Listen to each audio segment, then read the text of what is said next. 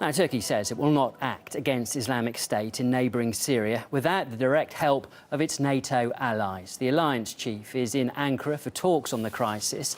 Turkey wants a US-led no-fly zone over northern Syria and blames President Assad for the situation in the country, repeating calls for the Syrian leader to step down.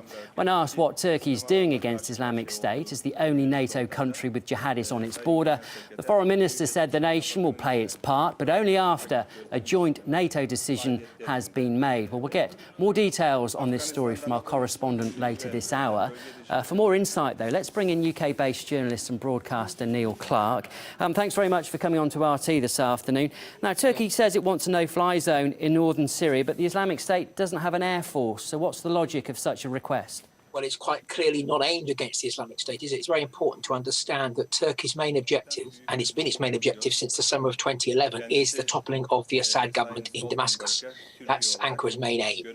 And they're calling for a no-fly zone because they want it directed against the Syrian government.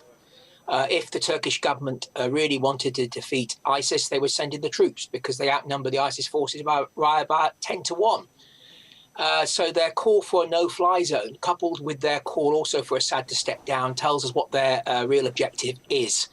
They're more concerned with toppling Assad than they are with fighting ISIS, and they are with protecting the Kurdish people. And of course, they've been fighting a long war against the Kurdish separatists in their own country for a long time, so that shouldn't really surprise us. I mean, we've seen an example, haven't we, in Libya, where a no-fly zone was declared to protect innocent civilians, it was said, but then that did lead to the toppling of Gaddafi. Yeah. So, in your opinion, what are the chances of that happening? What are the chances that perhaps NATO would agree to it too, and then that could actually be the result? Well, I think that's what Turkey wants, isn't it? And that's why they're calling for it, because I think that there is the same objective. The United States and Turkey have the same objective, which is the toppling of the government of President Assad.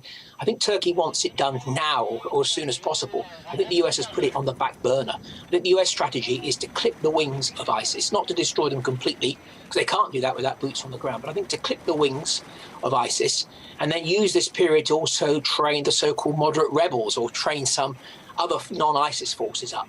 And then perhaps say 8 months from now or 10 months from now, for those rebels that the US has trained to move on to Damascus and then be helped by NATO air power and to topple Assad. I think the US hasn't put the toppling, it hasn't changed its overall strategy. It wants Assad toppled, but at the moment they're focusing on cutting the wings of ISIS. But I think it'd be a mistake to think that the ultimate goal of the whole operation isn't the toppling of the government in Syria. And the immediate crisis right now, Neil, is what's going on in Kobani and the possibility that town could be taken over by Islamic State. Why doesn't Turkey send in its own troops now to protect the Kurds? Why is it so insistent it has to wait for NATO? Well, absolutely. It shows us what Turkey's real aims are. As you said, Turkey could go in there, they could save the people who face being massacred, the Kurdish people there in that town.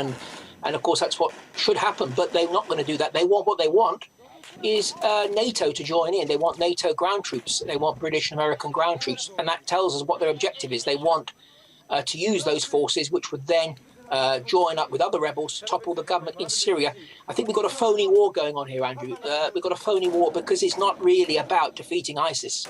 Had the US and its allies wanted to defeat ISIS, they wouldn't be doing the things they're doing at the moment. They would be actually working with the Syrian government. There's a great piece by John Pilger just published called From Pol Pot to ISIS, and he makes this very same point, that if the West really was concerned with defeating ISIS, they would be actually allying with Syria, with Iran and Hezbollah. These are the forces who could defeat them.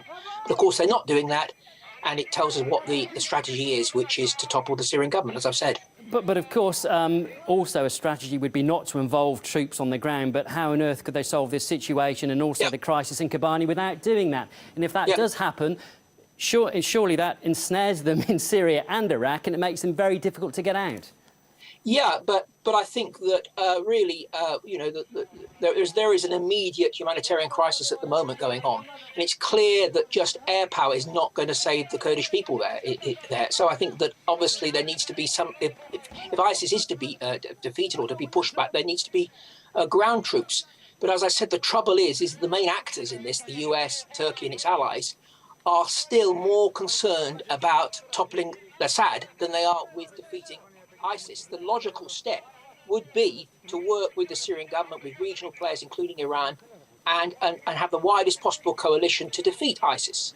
But they're not doing that. And I think that ISIS will not be defeated. It's quite clear they're not going to be defeated by airstrikes. All they're doing is making not a big enough impact on them as they would do without ground troops. So I think that this whole crisis can only get worse unless there is a major shift in policy from the Western powers to drop their obsessional drive to try and topple a government in Syria. So, they're fighting basically two wars in Syria. They're fighting, on one hand, a war against ISIS. On the other hand, they're fighting a war against the government which is fighting ISIS. So it is quite ludicrous, really. And until there is a change in policy, I think there's only going to be more bloodshed, I'm afraid. OK, Neil, we do have to leave it there, but that's the UK journalist and broadcaster Neil Clark live there from the UK. Thank you.